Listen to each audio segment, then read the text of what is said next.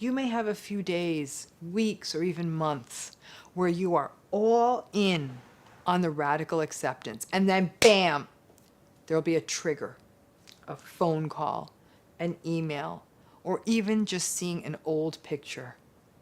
And the sadness washes back.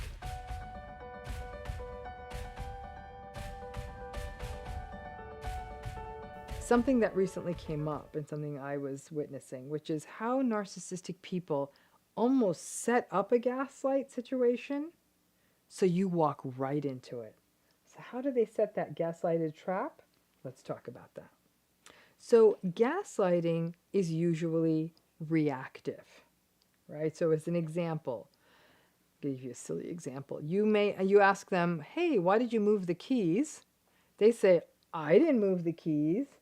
You know they moved the keys. You even heard them move the keys. You say, "I heard you move the keys, and dude, it's even on the camera." And then they tell you, "Hey, you know what the problem is? I didn't move the keys, but you're paranoid and you want us all to live in a surveillance state."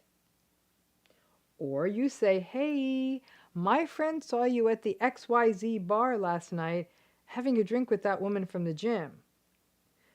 They say, "There's no way your friend saw it because it never happened. But I will say that I do not appreciate you asking your friends to spy on me because you have all these messed up trust issues from your weird mother." Okay? Classic gaslighting example. So gaslighting again tends to be in response to something you say, and it's a way to doubt reality, paint you as impaired, leave you questioning yourself, and slowly silencing you. But I think that I know that there's a gaslighting maneuver that a lot of people are not aware of. They actually set you up. They get you right where they need you to gaslight you. So, for example, a gaslighter may start a conversation with something like, "Okay, so this may be a difficult conversation since women do tend to be so emotional and angry, and you in particular are really emotional and angry, and you are not able to handle feedback." Or they might start with, "This is going to be interesting to talk about because people from your ethnic group can be a bit feisty." So this sort of biased pre-gaslight usually involves a biased statement, and the bias is about whatever group you are a part of: gender, ethnicity, age, sexual orientation, whatever it may be. The normal desire is to say, "Hey, hey, hey, whoa, whoa, whoa, what the hell? You are assuming all women are angry and emotional? What are you, from the dark ages? Who says that? Like, what the actual?" And you may be appropriately angry or showing emotion or being, as they quote unquote put it, feisty. Then they sort of sit back with a look of derision and contempt and sort of that "I told you so" face on them and say, "See, told you so, you are emotional." So they literally set the gaslight up like a trap, like a snare, and many people will walk into it. Now, in most cases, this kind of gaslight setup will not fly in the workplace, though it once did. You likely have a case, especially if it was in writing or someone else witnessed it or it was recorded. Probably not much will happen in the workplace if you don't have that evidence.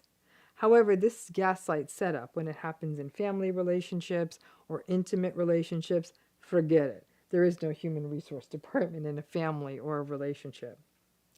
That whole setup feels terrible because it feels like a gotcha. They set you up, right? You have the appropriate reaction to someone sort of writing you off in a biased way, and then that plays into their stereotype. And at that point, anything you try to say to make your point will be treated as more of your emotionality or whatever it is that they are accusing you of, bolstering their already twisted kind of argument.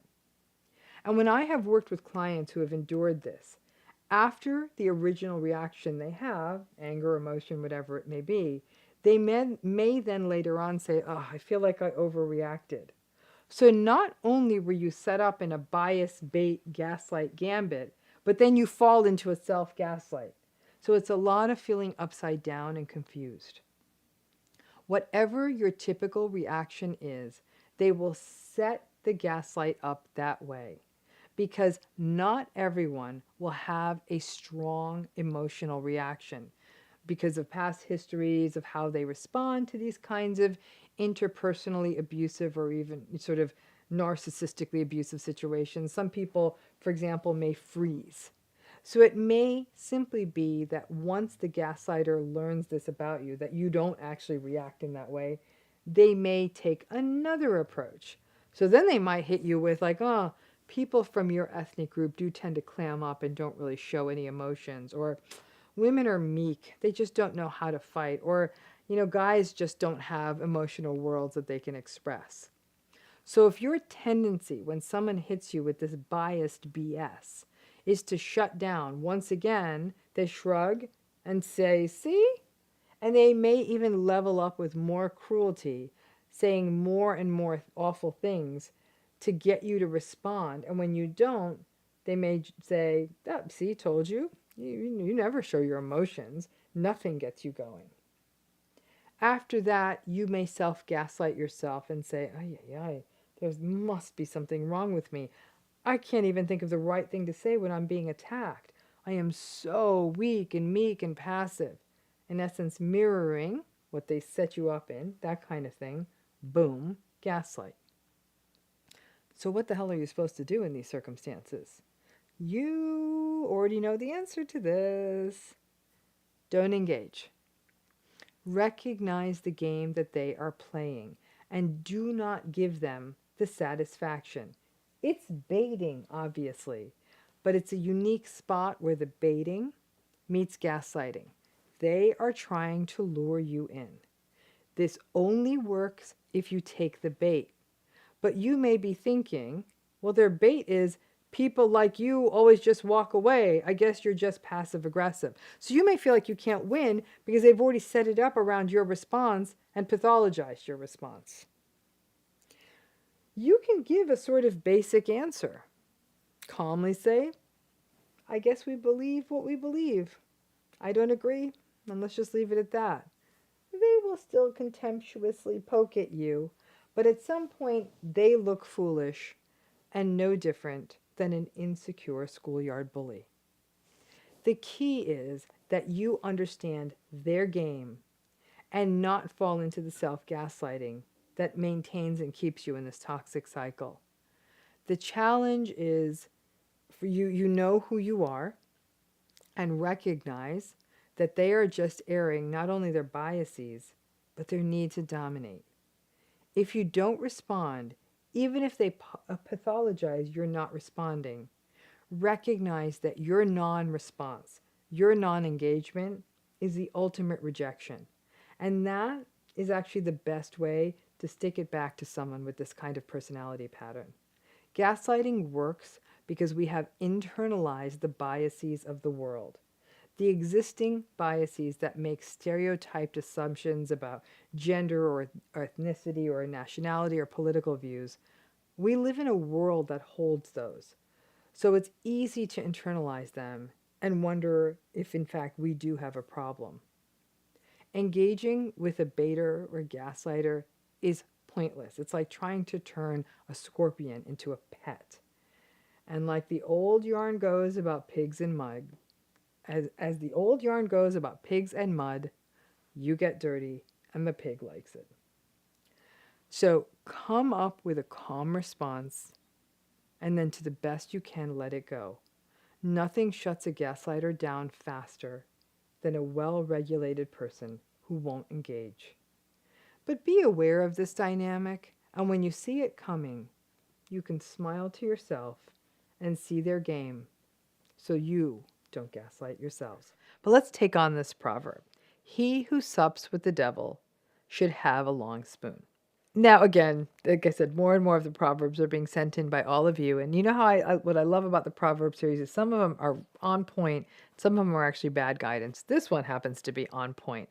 This line about long spoons and devils originated from Chaucer's Canterbury Tales. I guess Chaucer knew something about boundaries, because that's really what this is about. The meaning of this proverb is pretty clear. If you're going to fraternize and spend time with bad people, you want to be able to keep your distance and not get too close. So really, it's about boundaries and realistic expectations. It begs the question of whether a person can keep narcissistic people in their lives by just keeping them at a distance. And I would argue that the answer to that question is yes. Now, as an exercise, I want you to take a minute, pause this video, and jot down a list of the narcissistic people in your life. Think about how many of these where you might actually be able to have a mildly functional relationship if you just don't have to rely on them. You can just get what you need and get out and don't personalize what they say and do. Obviously, a spouse or a partner or a friend may not qualify because you need them. But there are, in fact, other less impactful narcissistic people in your life. We all have them. I did this exercise and I recognize that there are these kinds of narcissistic folks in my life where I can see what they are and what they are about and need them professionally or for some other reason, or it would disrupt other very important relationships in my life if I blew up the relationships with these narcissists. So I don't ever let them get too close to me. I never share anything with them about myself. I do not share my vulnerabilities with them. I get in, I get out, and it's done. So pause the video and make a note of those folks. And then you can restart and get to the rest of this video. Because that's the long spoon. There are too many narcissistic folks in the world out there for any of us to realistically live a narcissist-free life. Unless you are able to stay locked in your house with a nice pet and have a few friends and don't meet their friends and don't have to work or go to the store ever, then perhaps. But the rest of us are having to sometimes sup with the devil, and we need long spoons. The key is to identify the toxic patterns as early as possible. The earlier you identify them, the better you can start taking out your long spoon. You can keep it tight and then not spin off into something deeper with them. You can pay attention to any trauma-bonded patterns like justification or trying harder to win them over. You keep that long spoon with you at all times, so when you do have to sup with them, you can keep things in a way so they don't do harm through their invalidation and their gaslighting. Now, this comes in most handy in the workplace. The ability to sup with the devil using that long spoon may be the only way that people may survive most narcissistic workplaces. Now, I got to tell you, I have yet to see a narcissist-free workplace in any place with more than a few employees. So it's about figuring out who the players are and how not to get burned, how to remain politic and get your needs met, but not get played. It does mean coming into situations in a rather cynical manner, having to assess people and situations and watch them carefully, and maybe shorten your spoon a little as trust is built, but you can do that cautiously. I find that when supping with the devil, that supping with a long spoon can work. Part of the trick is to avoid any optional conversation or activity, particularly in the workplace. The meeting is done. You don't get sucked into idle chit-chat. You don't fall into the gossip swamp. You don't share secrets on a business trip. You definitely avoid happy hour, and you keep it tight at workplace social events. Forgive my language here, but don't shit where you eat. Now, another place that supping with a long spoon comes in handy is when you meet friends of friends or partners or friends of a partner or friends of a family. You may like the friend or the partner or the family member, but they may bring you into proximity of some toxic people. Again, you always need to keep that long spoon and not fall for the idea like, well, I really love my friend, so their friend must be cool. Nope. In the narcissistic world we live in now, you have to be on your toes for a while until you slowly build trust. It's an exhausting way to live, but such is the world we live in. Because narcissism seems to be creeping into so many areas of our lives, we need tools to find a way to coexist with the toxic people in our midst. It's naive to think you can eliminate all of them. Things like boundaries, taking our time to get to know someone and not doubting our instincts, heeding the red flags, and obviously carrying long spoons. We can't live in a narcissist-free world, but we can find workarounds and ways of protecting ourselves, and always keep a few of those long spoons in your back pocket. If you're only going to watch one video on this channel, this is one worth watching. It is a simple technique that could actually help you in all of the narcissistic relationships you have, past, present, or future. Okay? So get out your pen, because this one is a keeper. Today I'm going to give you a simple way to remember how to deal with any kind of narcissist in any part of your life. Very simply, I'm going to tell you to go deep. Now, DEEP is an acronym, and it's a nice and intuitive acronym. Since narcissistic people are so superficial, it would seem that the antidote would be to go deep. Now, those of you who have been to my seminars and read what I've written and all of that, you've heard me talk about the concept of going deep ad nauseum. But if you have not, I wanted to make sure that everyone has this topic and this technique at easy reach. So let's break down what DEEP stands for, and then really break it down. The D stands for defend, the E stands for engage, the next E stands for explain, and that P stands for personalize. So simply put, if you have to deal with someone who is narcissistic, do not defend, engage, explain, or personalize.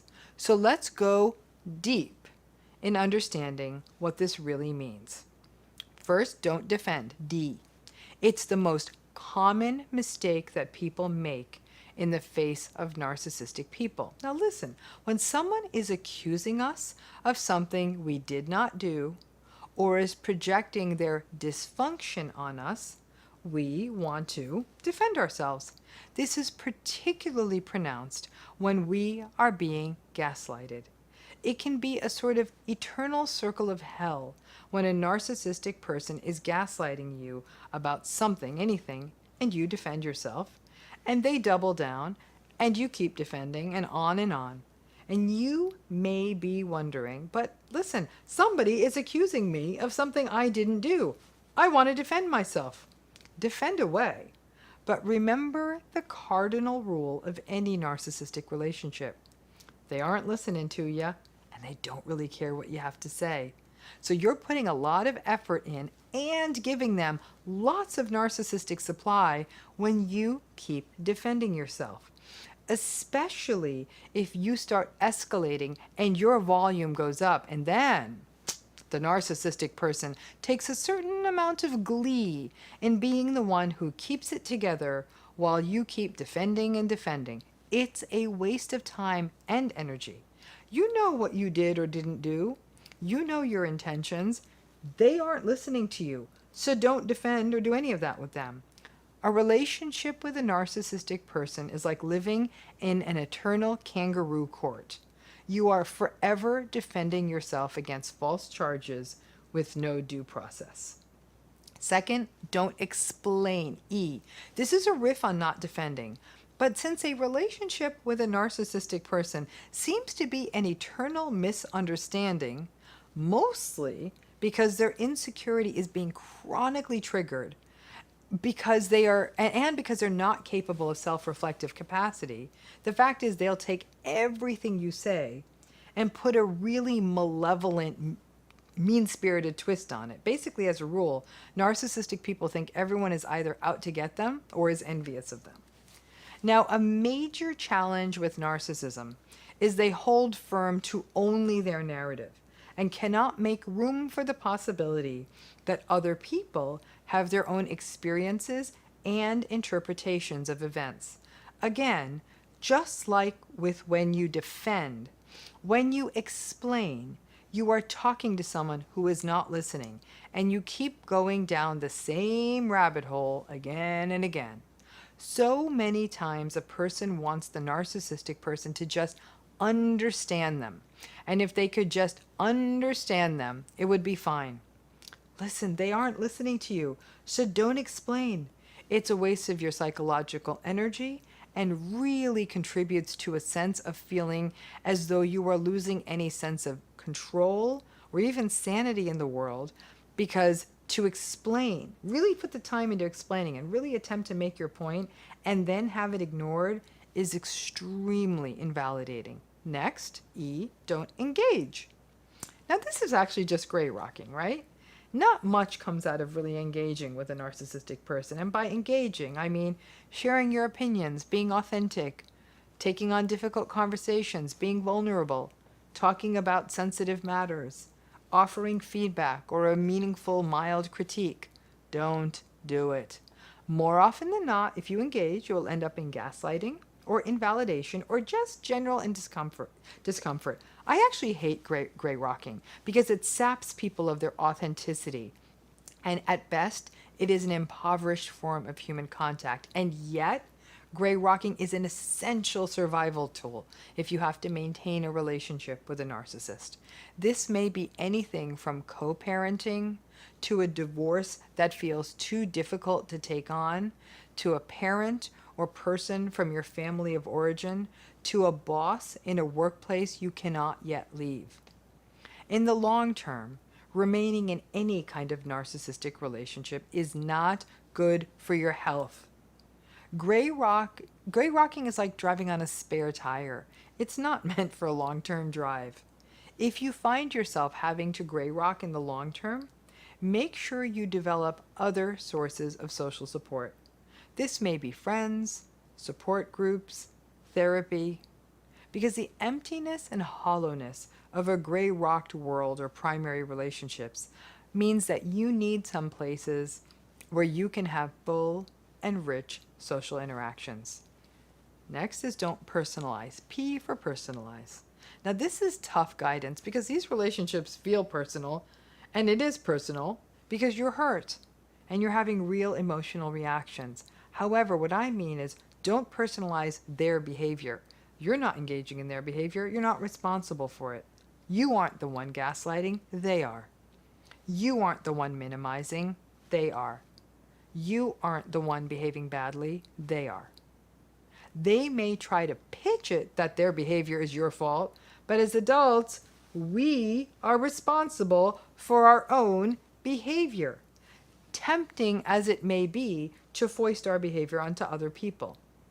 So when the narcissistic person is communicating in a way that feels dehumanizing, it is not because you are not enough.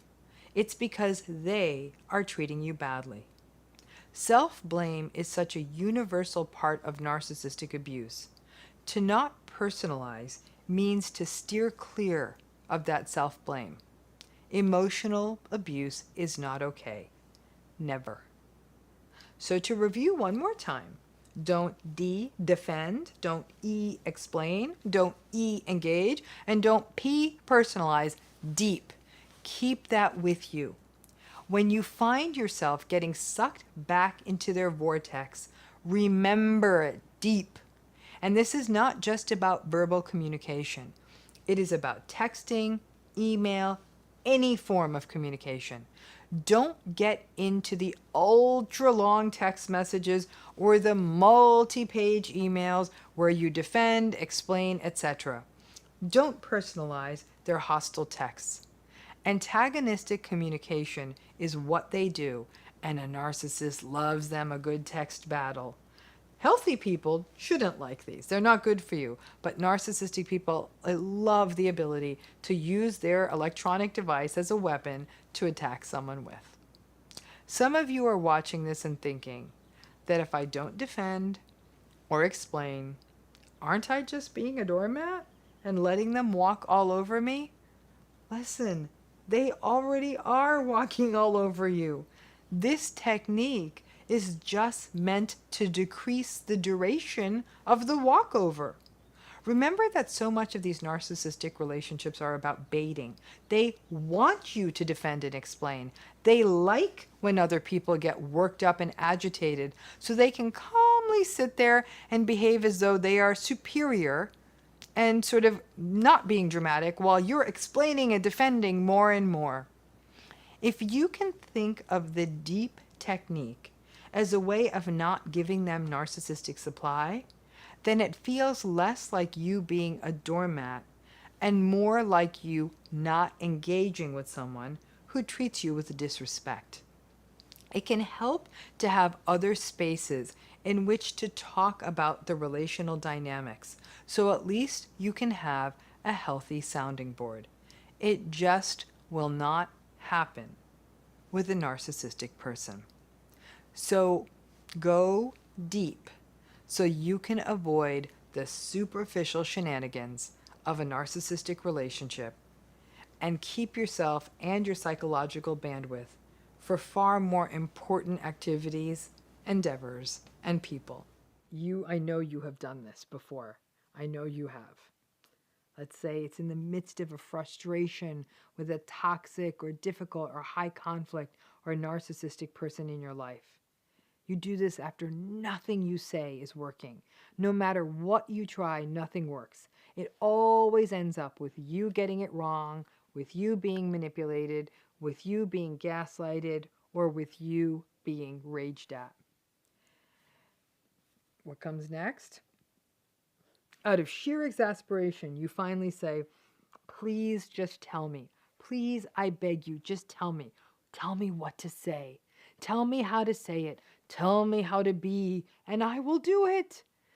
You want the arguments and the anger and all of it to end. You just can't figure it out. So you figure that you will just ask for the right answers to the test. Have you ever gotten to that point when you say, just tell me what to say? Drop a comment if you've ever gotten to this point. Now let's say you do this. The difficult person in your life will then say, I'm not doing that. It wouldn't be satisfying for me to know that you're reading a script. And at that point, you just want to put your head in your hands and cry. So you may be wondering, what the hell do they want? So let's break this down. This phrase that many people find themselves saying, actually, to me, it tells me they're probably in a narcissistic relationship. But this phrase, just tell me what to say, tell me how to say it, tell me what to do. Again, a surefire sign that someone is in a narcissistic, toxic, or antagonistic relationship. It is, in many ways, a manifestation of the expectation of mind reading that so many people with narcissistic personalities have. If you really take mind reading back to a very primal space, it's really a throwback to infancy, isn't it? The baby who doesn't know where they end and where their caregiver begins, the baby needs the caregiver or wants the caregiver to anticipate their needs for hunger or comfort or cold or warmth. And when that doesn't happen, the infant sort of panics, cries, and if all goes well, the infant is responded to quickly and the infant is soothed. Over time, the infant turns into a toddler, who turns into a child, who slowly learns how to communicate their needs, initially with gestures, and then with words, and then hopefully those needs get met, and then into an adolescent and an adult who can sometimes meet those needs themselves and otherwise learns to communicate them. That's the healthy path. But around infancy into around toddlerhood, that's where the child learns that other people can't read their mind. Listen, it's a fortuitous coincidence when everything lines up and someone does just sort of meet your needs. But we have language for a reason. And the child learns, I need to ask for what I need, and hopefully their environment meets that need. But alas, the narcissistic person is forever stuck in infancy. Read my mind. Do it the way I need. Say it the way I need. Be who I want, when I want, as I want. But, as is the hypocrisy of the narcissistic relationship, they will then Don't expect me to be consistent. Don't expect me to be there for you. Sometimes I will be, but usually I won't. That's how those relationships work. They resent that you cannot anticipate their needs. They're grandiose enough to think that people should anticipate their needs, and they are infantile enough to believe it can happen. And they are entitled enough to get mad when it doesn't happen. Obviously, this idea that somebody could read your mind and say things to you exactly the way you want is a deeply unreasonable and frankly unhealthy expectation in a relationship. This idea that, again, that you'd be able to read their mind or get it right and say it and do it and be it exactly as they want at any given moment. Now, another key dynamic of the narcissistic relationship, baiting, also complicates this. Narcissistic people always want the fight. So you couldn't get it right if you try. Most healthy people don't want a fight. Most narcissistic people do. So there's no right way at those times. All roads lead to the fight. The victimized element that characterizes most narcissism means that they are looking for the data to support their hypothesis that they are always going to be let down, because no matter what you do, they feel let down. Now remember that narcissistic people, all of them, they lack self-reflective capacity, and they lack insight into the motivations for their own behavior. Basically, they do not understand their own why. So they don't understand their need for mind reading. They don't understand their need pretty much for anything, but they go around and demand it. They walk around the world posturing as though they are well put together people. They think that they're functioning well in the world. But the contrast between the two, the utter lack of insight, but the acting as though they do have insight, means that the people who are closest to them are chronically frustrated. Yes, they want you to read their minds. Yes, their conscious mind recognizes it is not possible. No, they do not understand why they need you to read their mind. And because they lack insight and empathy, they get angry because the inadequacy in them gets activated. They know that they can't regulate themselves. And the more stressed and disappointed and frustrated and abandoned they feel, the more they expect people to read their minds. And you know, when it gets to this point, you know the rest of the story. So let's play this out. Over time, you get exhausted at not being able to communicate with your narcissistic partner because you don't want the fight. You literally wish they would hand you a script so you can say it just the way they want it, just so you can appease them. Keep in mind that this is how everyone deals with them. We are all guilty of enabling narcissistic people. Sometimes we are just too tired to try to be a communication coach or a fighter. We just need to get through the damn day. So we want the script so we can say it just the way they want it. Your conversations always end up with them being disappointed, with them always feeling let down, with them always feeling like you aren't doing it right, and then lashing out at you. You keep shifting strategies. And just as an FYI, that constant strategy shifting is a trauma-bonded state. You keep chasing the right way to do things, but there is no right way. And in trying to stay alive in these relationships, you keep trying new things to try to keep it work. But the problem is that they want different things at different times, and it can be impossible to anticipate their constantly shifting needs. Over time, you may seem more strained and anxious in your communication, and no surprise, they get annoyed about that too. They get annoyed that you are so tense and that you are so wide-eyed.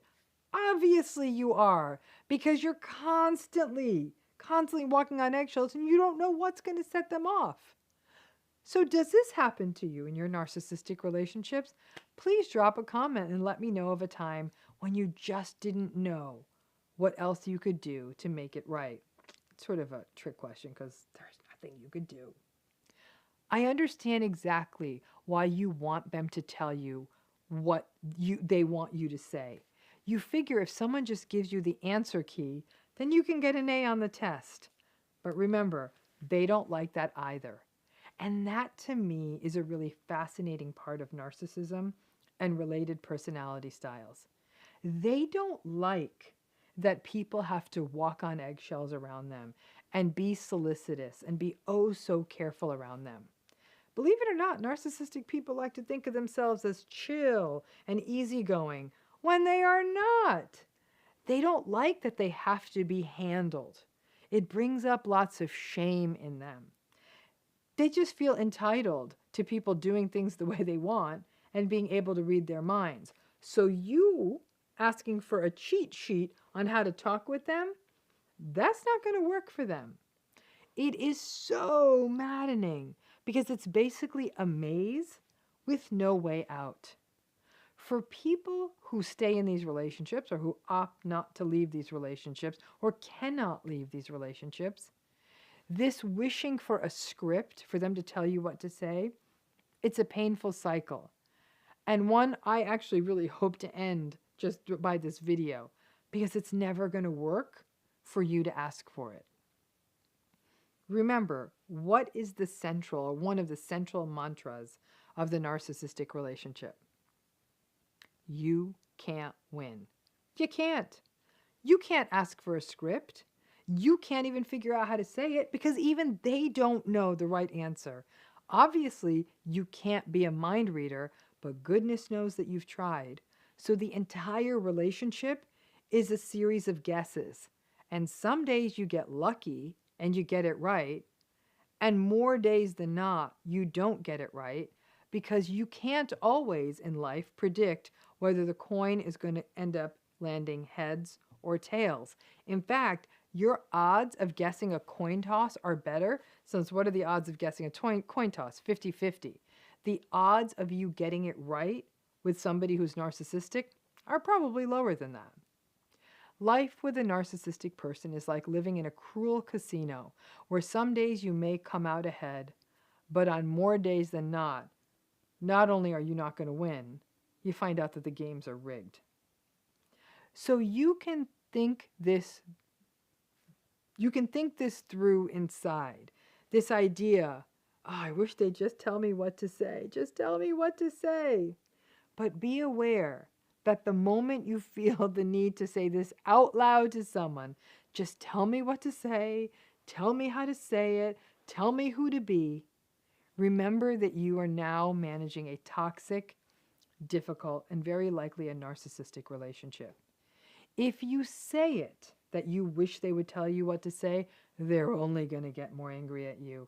And you will then have to slide instead into the thickets of radical acceptance. This is what it is. This relationship's not going to change. It's not your fault. And as long as you're in this relationship, this is it. If you can find that way to radical acceptance, and I'm not saying it feels good, but if you can, you will be less surprised, perhaps less disappointed on the daily. Though I can't make the argument that you will be less exhausted or less mentally fatigued. These relationships are upsetting. That's that. Radical acceptance sucks, okay? It may be the answer to a lot, but it sucks. You know why? Because it's the end of the road. It's the end of hope. It's the end of the idea that today it's going to be better. This year it's going to be better. This is the year they're going to finally get it. They're going to finally see me. They're going to finally understand me. Everything's going to be okay. It was all a big misunderstanding, right? It's all going to be good. Nope. Radical acceptance pulls the plug on hope. It's the moment when you recognize it will not change. The situation will not change. This person is not going to change. It is amongst one of my top top 5 recommendations for getting past and healing and from narcissistic abuse and to help people enduring narcissistic abuse. And frankly, I think it's the hardest step of all. I always tell people, like, listen, if you can get through the radical acceptance piece of this, you really are off to the races, because it's a big mental click. But I'm going to be honest with you, and I feel bad about this because I think I've oversimplified it, okay? So I want us to take a look at a much more robust and realistic model of radical acceptance. So let's start with step 1. Exactly what the heck are you talking about? Radical acceptance. Some of you may be new to this channel, just in case, okay? Radical acceptance is that 100% no holds barred understanding that things are not going to change. There's no more, well, it might get better maybe after he retires. There's going to be no more, maybe this year it'll be better at Christmas. There's going to be no more, maybe once she meets the grandchild. There's going to be no more, once we hit the sales quota. There's going to be no more of that. No more, it's not going to change, okay? It's not going to change. Never, ever, ever. So is this the only option, you're wondering? What if you don't radically accept? What if you can't radically accept? And this is where the complexity really begins. Because radical acceptance is the most complex, simple concept out there, okay?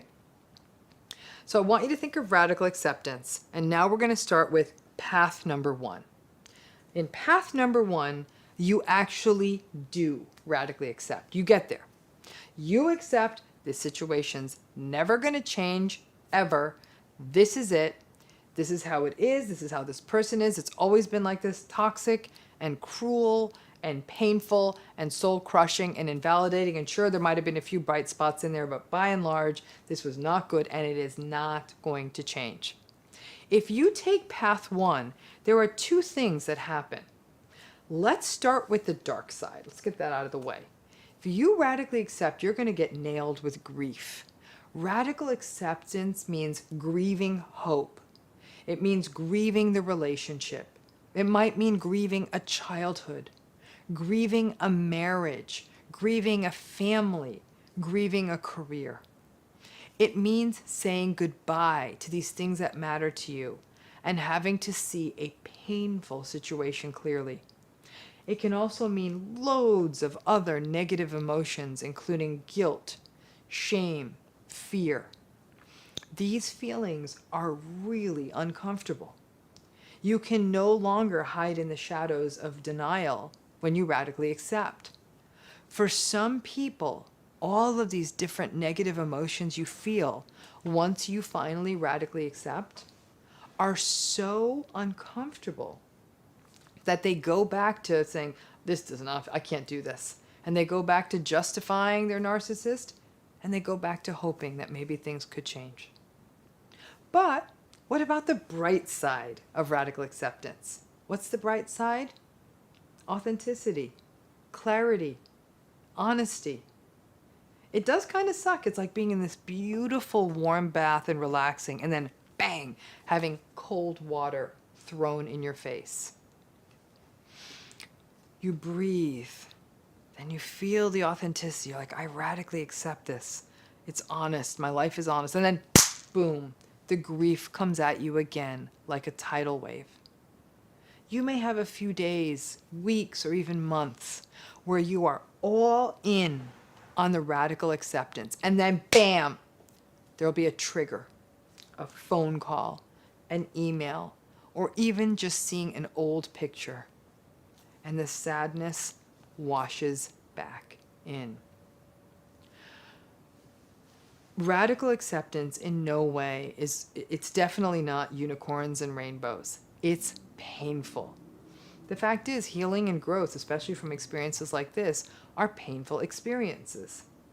If it was as simple as, hey, he isn't going to change, and you're like, got it, then I'd be out of a job, and this channel would have 1 subscriber, and all of you would be doing great, because you're like, this person is saying, oh, if you hold the cup up to your lips, the water comes out. I'll be telling you something easy, right?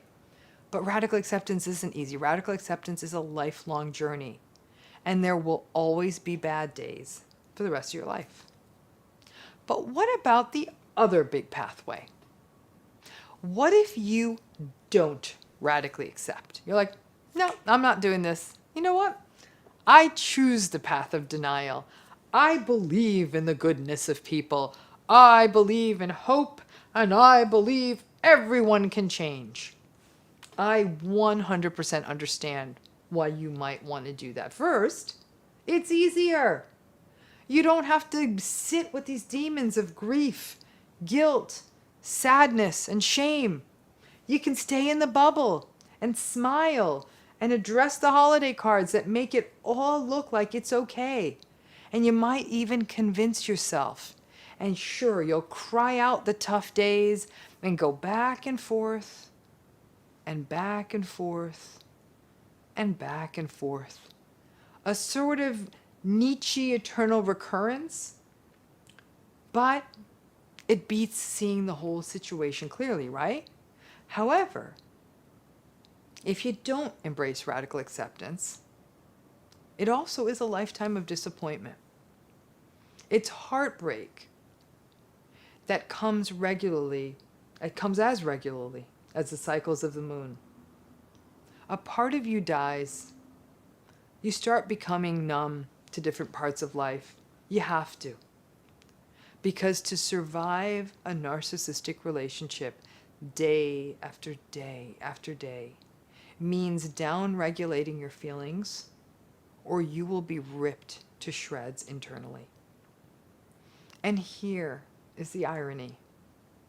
Whatever pathway you choose, whether you radically accept or not, you end up in the same place. And that place is grief. And that's the agony of these relationships, is you grieve so much and so many different things. You grieve for yourself. You grieve the toll it might have taken on your children.